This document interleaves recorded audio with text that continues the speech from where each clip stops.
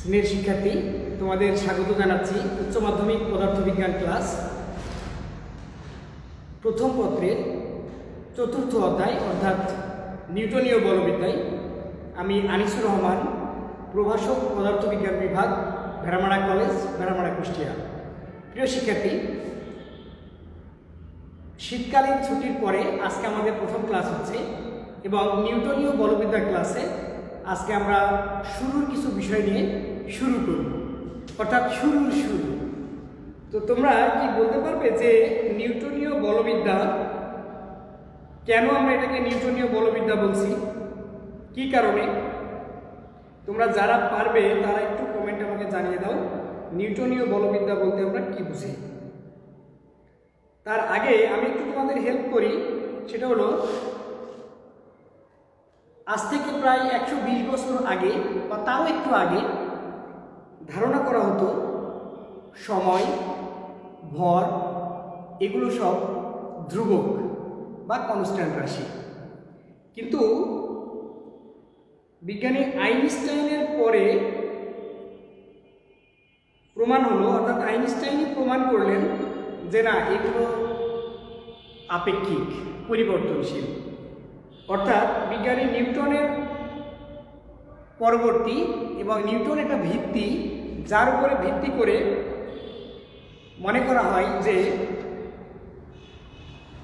হ্যাঁ, তোমরা অনেকেই দেখতে পাচ্ছ, হ্যাঁ, এজন্য এই বলবিদ্যাকে নিউটনীয় বলবিদ্যা বলা হয়। তো তোমরা কারা কারা আসছো আমার সাথে, আমি একটু নামগুলো বলতে চাই। জান্নাতুল নাইম, খুরশেদ, রিয়াদ। হ্যাঁ, তোমরা ঠিকঠাক শুনতে পাচ্ছ না? হ্যাঁ, আজহারুল বলছো কেমন আছেন স্যার? হ্যাঁ, আমি খুব ভালো আছি। জান্নাতুল ইসলাম, রিয়া, হ্যাঁ আমি অনেক ভালো আছি। মিজান, তানজিনা, কুমার শানু, খুরশেদ, রিয়াদ, ওনাসিস রহমান, সানজিদা বিনতে, নুপুর আক্তার। হ্যাঁ, তোমরা প্রত্যেকেই দেখতে পাচ্ছ এবং শুনতে পাচ্ছ, তো অসংখ্য ধন্যবাদ তোমাদের। তো প্রিয় শিক্ষার্থী, আমরা যেটা বলছিলাম যে নিউটনীয় বলবিদ্যায় যে কেন আমরা এটাকে নিউটনীয় বলবিদ্যা বলছি, যে বিজ্ঞানী নিউটনের সূত্র দ্বারা যে প্রতিষ্ঠিত এবং ভর, সময়, যেগুলো আমরা বলছিলাম যে এগুলোকে কনস্ট্যান্ট বিবেচনা করা হতো, সেই চিন্তাভাবনা থেকে যেই বলবিজ্ঞান, যেই মেকানিক্স, আমরা সেটাকে বলছি নিউটনিয়ান মেকানিক্স। তো এই নিউটনিয়ান মেকানিক্সের অর্থাৎ নিউটনীয় বলবিদ্যার একটা অসুবিধা আছে।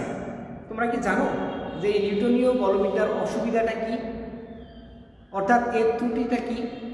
হ্যাঁ, কে পারবে, বা সীমাবদ্ধতা কি, কে পারবে সে একটু কমেন্ট করে বলে দাও। নিউটনের সূত্রের ওপর ভিত্তি করে এই বলবিদ্যা প্রতিষ্ঠিত, তাইকে নিউটনীয় বলবিদ্যা বলে। শামসুন নাহার, খুব চমৎকার করে তুমি লিখেছো। হ্যাঁ, নুসরাত জাহান বলছো স্যার আজকে তো ক্লাস শুরু হলো, তাই না? হ্যাঁ, আবার আজকে শুরু হলো ছুটির পরে।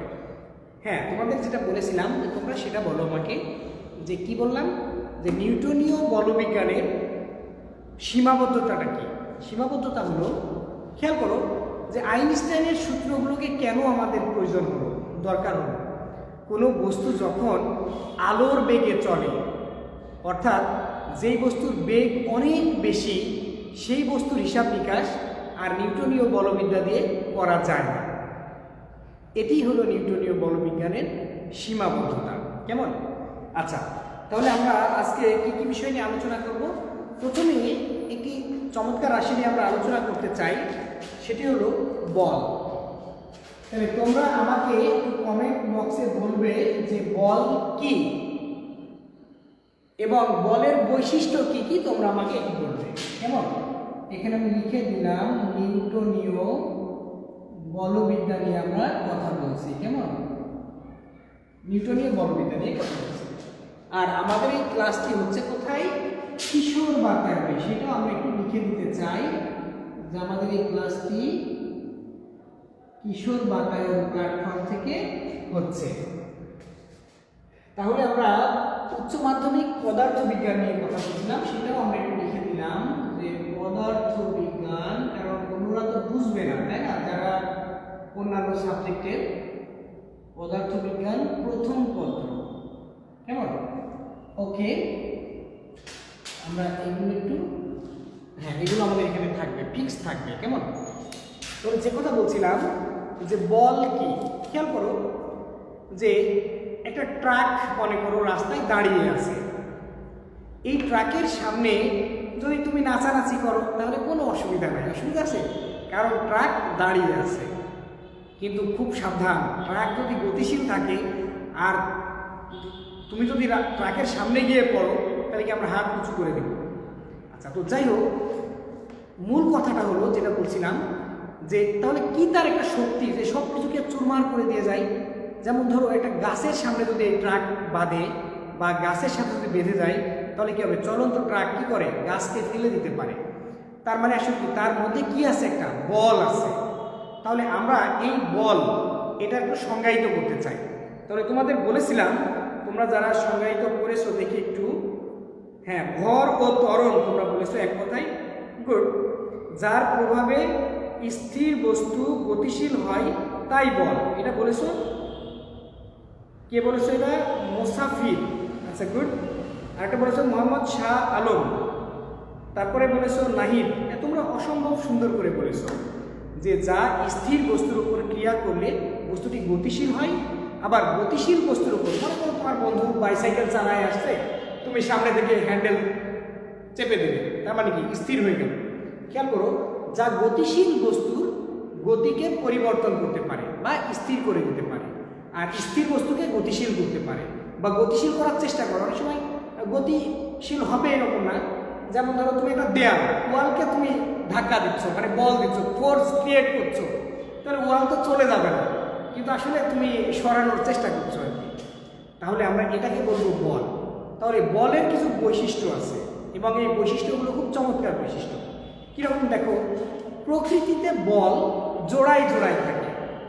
তার মানে ওই যে তোমরা শোনো নাই যে every action has equal and opposite reaction. তার মানে প্রত্যেক ক্রিয়ার সমান ও বিপরীত প্রতিক্রিয়া আছে। এটা বা নিউটনের তৃতীয় সূত্র। আসলে এটাই বলের একটা বৈশিষ্ট্য, অন্যতম বৈশিষ্ট্য। বল কখনো সিঙ্গেল ক্রিয়া করবে না, যেখানেই ক্রিয়া থাকবে সেখানেই প্রতিক্রিয়া থাকবে। আচ্ছা, এগুলো একটা বৈশিষ্ট্য। তারপরে বলের আর কি বৈশিষ্ট্য বলা যায় বলো? যে বলের দিক আছে। তোমরা কেউ কিছু বলেছো যে বলের বৈশিষ্ট্য নিয়ে? হ্যাঁ, তোমরা সবাই বলের সংজ্ঞা দিচ্ছ, ঘরের পাখি চমৎকার সংজ্ঞা দিয়েছো। তাসনিয়া বলছো জি স্যার, ওকে গুড। তাহলে যেটা বলছিলাম যে বলের নির্দিষ্ট দিক আছে। তুমি খেয়াল করো, বলকে কিন্তু দিক ছাড়া ক্রিয়া করা যায় না। খেয়াল করেছো যে যখনই আমরা বলকে ক্রিয়া করব কোনো একটা বিশেষ দিকে ক্রিয়া করব। বলের অন্যতম আরেকটি বৈশিষ্ট্য হলো এর ত্বরণ আছে। কেমন? বলের আরও একটা বৈশিষ্ট্য আছে, খুব মজার বৈশিষ্ট্য। সেটাকে আমরা এইভাবে বলতে পারি যে তোমার স্থিতিস্থাপকতা সম্পর্কে তোমরা জানো, 9, 10-এ তোমরা পড়ে এসেছো যে বিকৃতি করতে পারে, অর্থাৎ বিকৃত করে দিতে পারে। যে বল কোনো বস্তুর উপরে ক্রিয়া করলে সেই বস্তুকে বিকৃত করে দিতে পারে, তার মানে আকারের পরিবর্তন করে দিতে পারে বল। তাহলে বলের আমরা 4টা বৈশিষ্ট্য পেয়েছি।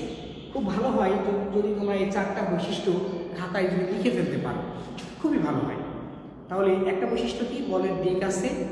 তারপরে কি, বল জোড়ায় জোড়ায় ক্রিয়া করে, বলের ত্বরণ আছে। আরটা হলো বল কোনো বস্তুর উপর ক্রিয়া করলে তাকে বিকৃত করতে পারে। কেমন? তো এইগুলো হলো বলের বৈশিষ্ট্য। তো অনেক প্রকৃতির বল আছে, অনেক অনেক, কিন্তু 4টা মৌলিক বল আছে। তোমরা কি এই মৌলিক বল 4টির নাম জানো? কি কি 4টা মৌলিক বল? তাহলে আমরা মৌলিক বলগুলোর একটু নাম লিখে ফেলি। মৌলিক বল হলো, মৌলিক বল একটা হলো মহাকর্ষ বল, তাই না? হলো মহাকর্ষ বল। তারপরে কি, তাড়িৎ চৌম্বক বল। আমরা লিখলাম তাড়িৎ চৌম্বক বল। তারপরে কি বলো? তারপরে নিউক্লিয় সবল বল।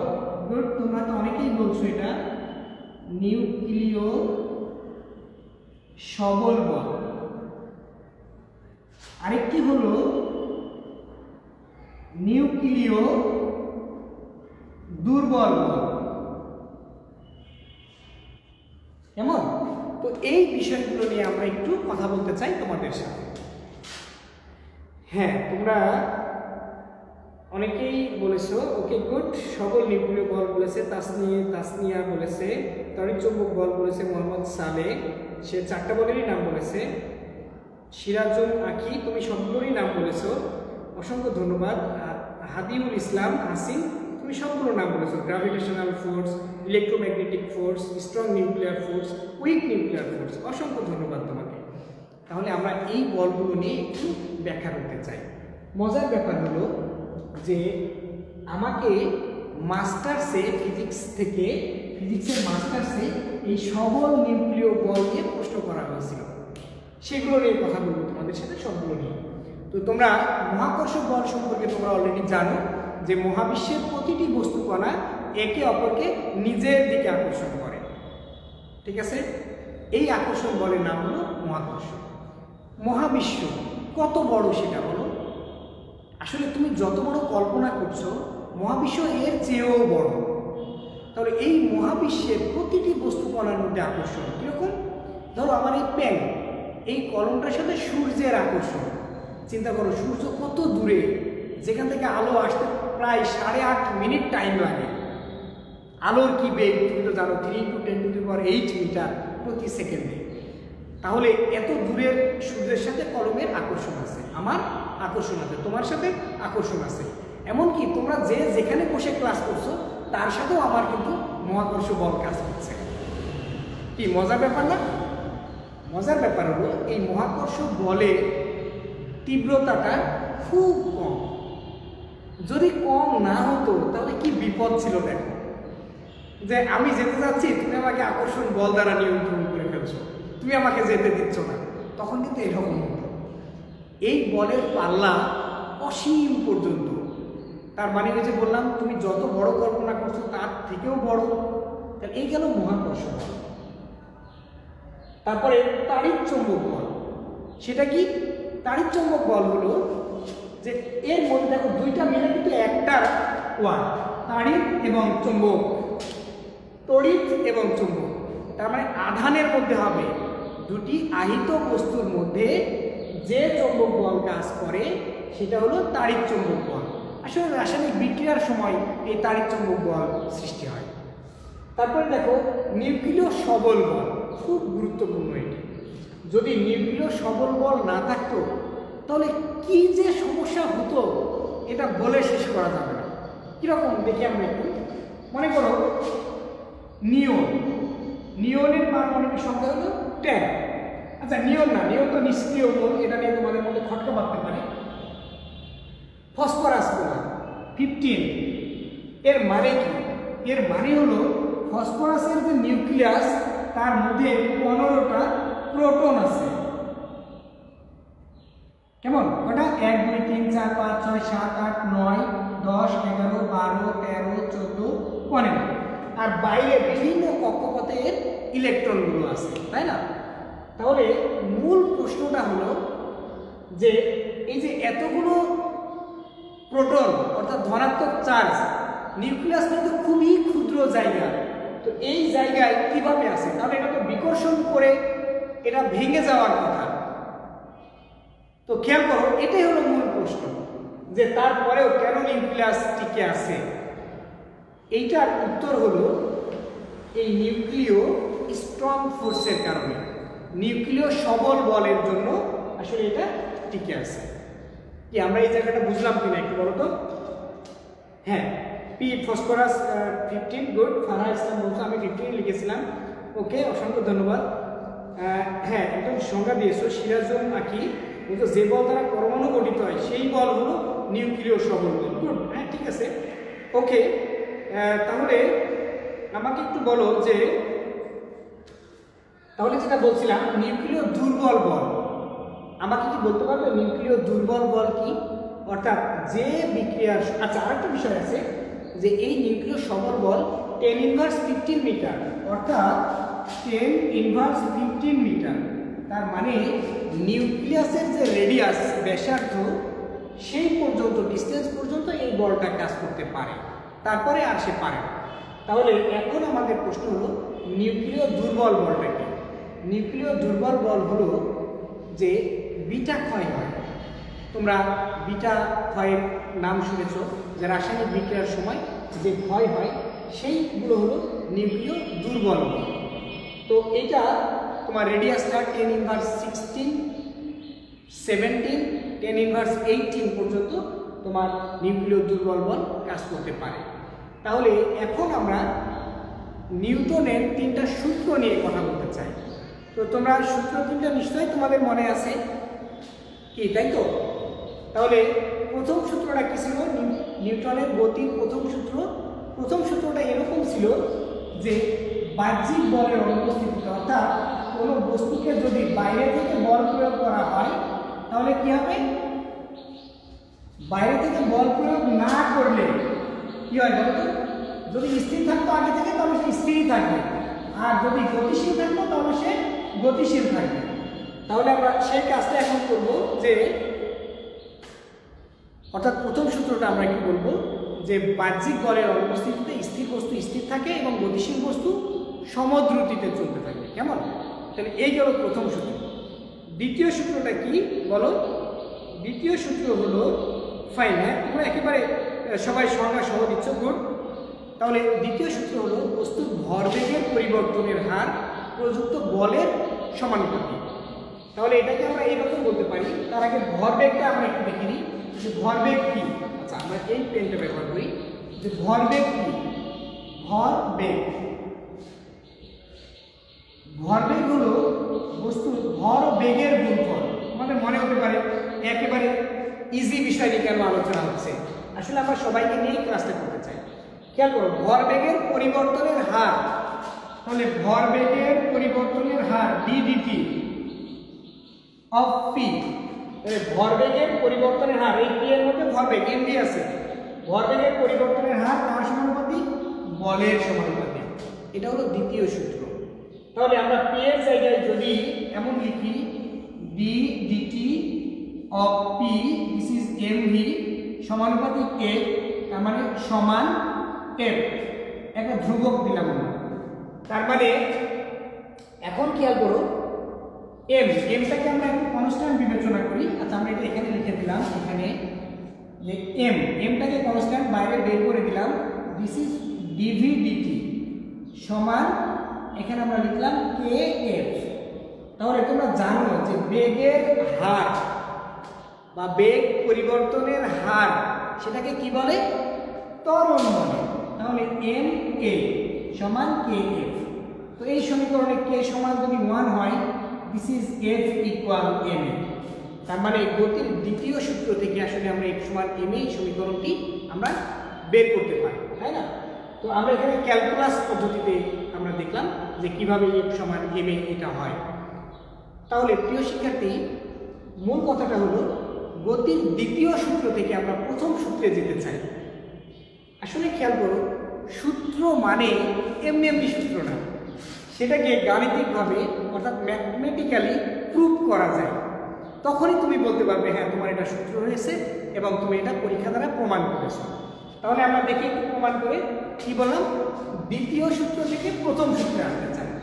তাই যদি হয় তাহলে আমরা দেখলাম যে আমাদের প্রথম সূত্রটা এরকম ছিল যে এফ সমান এম এস। কিন্তু প্রথম সূত্রে বলছিল এরকম বাহ্যিক বলের অনুপস্থিতি, অর্থাৎ বাইরে থেকে যদি বল প্রয়োগ করা না হয় তাহলে কি হবে? তো বল 0, তারপরে এম এ মানে বেগ পরিবর্তনের হার। তো খেয়াল করো, এটা গুণ অবস্থায় আছে। যখন গুণ অবস্থায় থাকবে আর গুণফল যখন 0 হবে তখন আলাদা প্রত্যেকের মান 0 হতে পারে, অথবা যে কোনো একটার মান 0 হতে পারে, হলেই গুণফলটা 0 হবে, তাই না? কিন্তু আমরা জানি বস্তুর ভর কখনোই 0 নয়। বস্তু মানে তার ভর আছে, যত ছোটই হোক না কেন। যেমন ইলেকট্রনের ভর, ইলেকট্রনের ভর কত? 9.1 × 10⁻31 কেজি, অনেক ছোট মান এটা। তাহলে আমরা এখানে লিখছি এরকম যে এম কখনোই 0 নয়। এই সমীকরণে যদি এম 0 না হয় তাহলে অবশ্যই এটুকু 0, কেননা গুণফল তো 0। তাহলে আমরা এটুকু লিখতে চাই যে V minus you equal 0/t।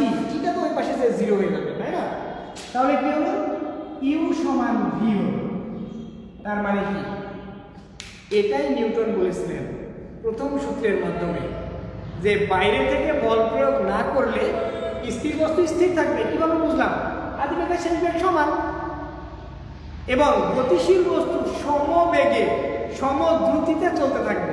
এই যে বেগ আগে যা ছিল পরে তাই, আমরা এটাকে বের করে ফেললাম যে কিভাবে এটা শূন্য হয়। ফাইন,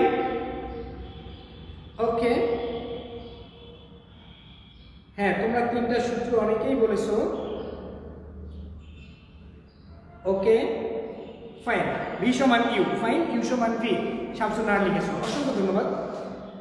তাহলে এখন আমরা একটু কথা বলতে চাই, কি নিয়ে কথা বলবো? দেখো যে ভরবেগ নিয়ে আমরা কথা বললাম, নিউটনের গতিসূত্রের আমরা প্রমাণগুলো করলাম যে কীভাবে দ্বিতীয় সূত্র থেকে প্রথম সূত্রে আসা যায়, আবার দ্বিতীয় সূত্র কিভাবে প্রমাণ করা যায় সেটাও আমরা দেখলাম। আসলে এই চ্যাপ্টারে আমরা বেশ কয়েকটা ক্লাস করব, কেমন? যার ফলে আমরা প্রত্যেকটা টপিক নিয়েই আলোচনা করব এবং ম্যাথমেটিক্যাল প্রবলেমগুলো আমরা সলিউশন করব। ওকে প্রিয় শিক্ষার্থী, তাহলে আমরা চলো একটা অঙ্ক সমাধানের দিকে যাই। সেটা হলো এরকম যে আমি একটু লিখে দিই, আমি গাণিতিক সমস্যাটি লিখে দিই, তোমরা এটি সমাধান করবে, কেমন? ওকে, কি ছিল? 2 × 10⁻³ নিউটন বল, 2 × 10⁻³ নিউটন বল, তারপরে কি হচ্ছে 0.01 কেজি ভরে, 0.01 কেজি ভরের বস্তুর ওপর 8 সেকেন্ড ধরে ক্রিয়া করে। বস্তুর উপর 8 সেকেন্ড ধরে ক্রিয়া করে। তাহলে কি হলো? বস্তুর ভরবেগের পরিবর্তন করে ফেলো তোমরা। বস্তুর ভরবেগের পরিবর্তন কত? হ্যাঁ, কি হলো? 2 × 10⁻³ নিউটন বল 0.01 কেজি ভরের বস্তুর উপর 8 সেকেন্ড ধরে ক্রিয়া করে। বস্তুর ভরবেগের পরিবর্তন কত? তো তোমরা কে কে এটি সমাধান করতে পারো আমি একটু দেখে নিই। হ্যাঁ, ইসমাইল কুতুবদিয়া কলেজ থেকে। ওকে, হ্যাঁ, তোমরা সমাধান শুরু করো, কে কে পারো আমি একটু দেখতে চাই।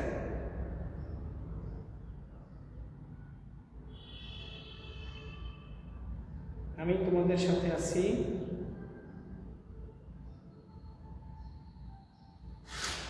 আমি তোমাদের সাথে আছি।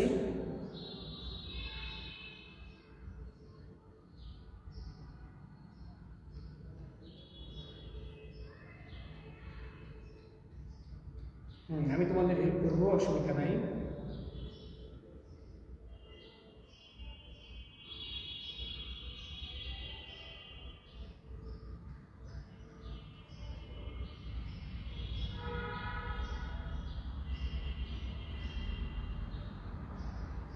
হ্যাঁ, তোমরা কয়েকজন বের করে ফেলেছো যে ত্বরণ 0.2, ত্বরণ তোমরা বের করেছো 0.2। ঠিক আছে, তাহলে এখানে আমি একটু হেল্প করি তোমাদের, এখানে বলছে ভরবেগের পরিবর্তন বের করতে হবে। তো মনে করো তোমার এই সমীকরণ জানা নাই বা তোমার মাথার মধ্যে এই সমীকরণটা নাই যে কিভাবে তুমি ভরবেগের সমীকরণ বের করবে। তাহলে কি কি ডাটা দেওয়া আছে সেগুলো তো আমরা আগে লিখতে পারি। তো ডাটাগুলো আমরা একটু লিখে নিলাম। এখানে দেওয়া আছে বল F সমান 2 × 10⁻³ নিউটন, 2 × 10⁻³ নিউটন। তারপরে দেওয়া আছে ভর m সমান 0.01 কেজি। তারপরে দেওয়া আছে 8 সেকেন্ড, সময় t = m 8 সেকেন্ড। ভরবেগের পরিবর্তন, তো ভরবেগের পরিবর্তন আমরা এটাকে ডেল ভি দ্বারা প্রকাশ করতে পারি, কেমন? তাহলে ওই যে আমরা দেখলাম ভরবেগের পরিবর্তনের হার প্রযুক্ত বলের সমানুপাতিক, তাহলে আমরা এমন লিখতে পারি না যে mv mu সমান ft। তার মানে এটা যদি এই পাশে থাকতো ভরবেগের পরিবর্তনের হার বলের সমান হতো, তাহলে এটা আমাদের বের করতে হবে ভরবেগের পরিবর্তন। This is del v equal ft।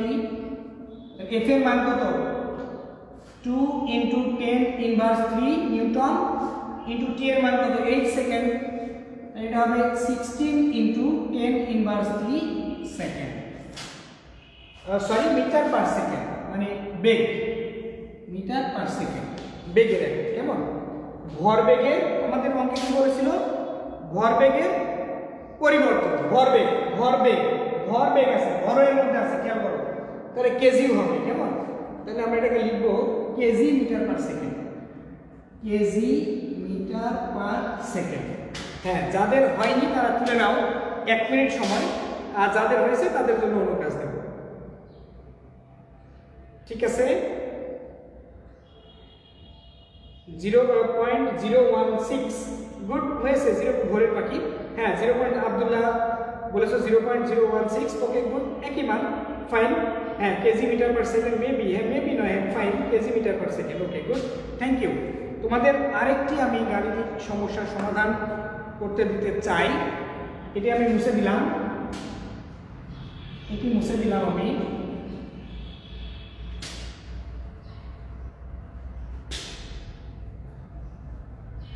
ওকে, পরবর্তী প্রশ্নটি হলো এরকম যে 7.26 কেজি ভরের একটি স্থির বস্তু, 7.26 কেজি ভরের একটি স্থির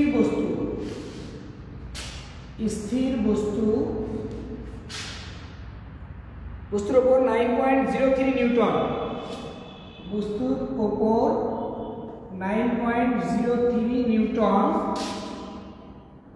মানের একটি বল 2 সেকেন্ড ব্যাপী, মানে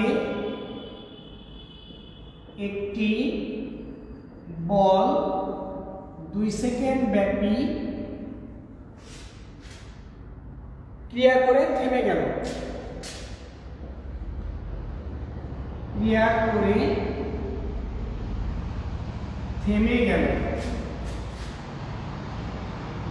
তারপরে কি হলো বস্তুটির প্রাপ্ত বেগ ও উক্ত সময়ে অতিক্রান্ত দূরত্ব নির্ণয় করো।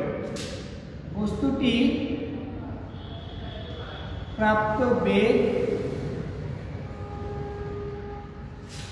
ও উক্ত সময়ে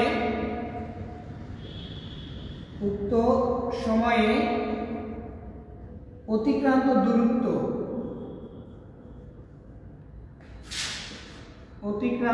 দূরত্ব নির্ণয় করো। হ্যাঁ, বলছে 7.26 কেজি ভরের একটি স্থির বস্তুর উপর 9.03 নিউটন মানের একটি বল 2 সেকেন্ড ব্যাপী ক্রিয়া করে থেমে গেল। বস্তুটির প্রাপ্ত বেগ ও উক্ত সময়ে অতিক্রান্ত দূরত্ব নির্ণয় করো।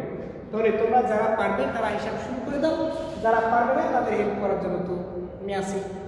হ্যাঁ, আর তোমরা যারা পারবে তারা চাইলে এখানে কমেন্টে জানিয়ে দিতে পারো। হ্যাঁ, তোমরা আগেরটা উত্তর অনেকেই তোমরা এখন লিখতেছো, ওকে, তাহলে ঠিক আছে, আমি শুরু করে দিই। কি কি দেওয়া আছে এটা খেয়াল করো। ভর দেওয়া আছে, ভর m ইকুয়াল 7.26 কেজি। তারপরে বল দেওয়া আছে F ইকুয়াল 9.03 নিউটন। সময় দেওয়া আছে টাইম t ইকুয়াল 2 সেকেন্ড। তারপর স্থির বস্তু যার আদিবেগ v0 0। তাহলে উক্ত বস্তুটির প্রাপ্ত বেগ বের করতে হবে, v বের করতে হবে, এবং অতিক্রান্ত দূরত্ব s বের করতে হবে। তো এখন বলো যে f আছে m আছে, তাহলে আমরা ত্বরণ বের করতে পারবো, তারপরে আমরা v বের করতে পারবো, s বের করতে পারবো। ওকে গুড, তোমরা হিসাব করে ফেলো। তাহলে f সমান আমরা জানি f সমান ma, তাহলে a সমান কি হবে f/m, মানে হলো f দিস ইজ 9.03, m হলো 7.26, তাহলে এটা আমি ক্যালকুলেট করলে কত হবে,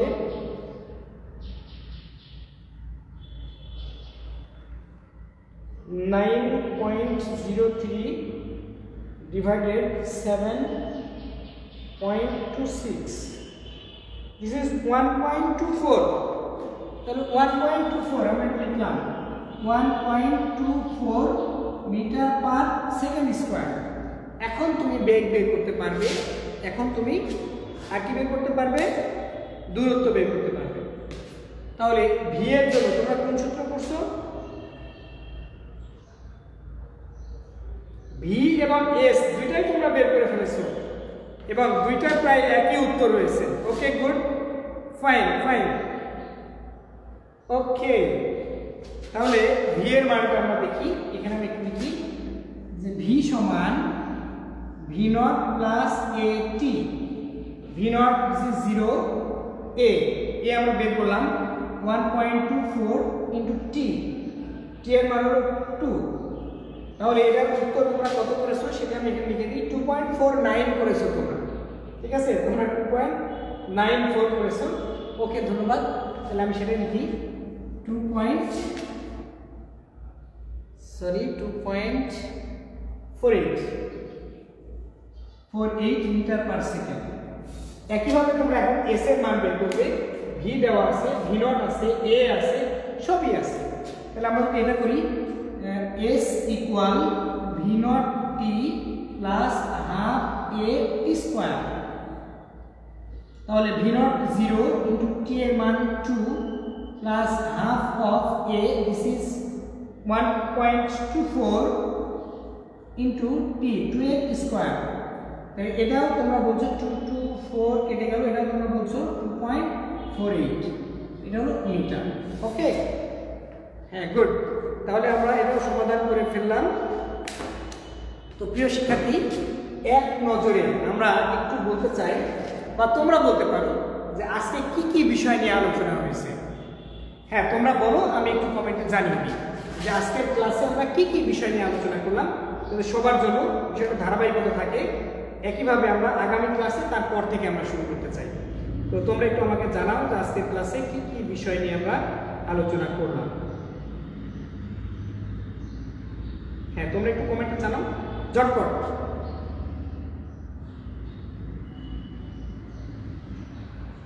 তোমরা ঝটপট জানাতে থাকো কি কি বিষয় নিয়ে আলোচনা হলো, ঝটপট জানাতে থাকো।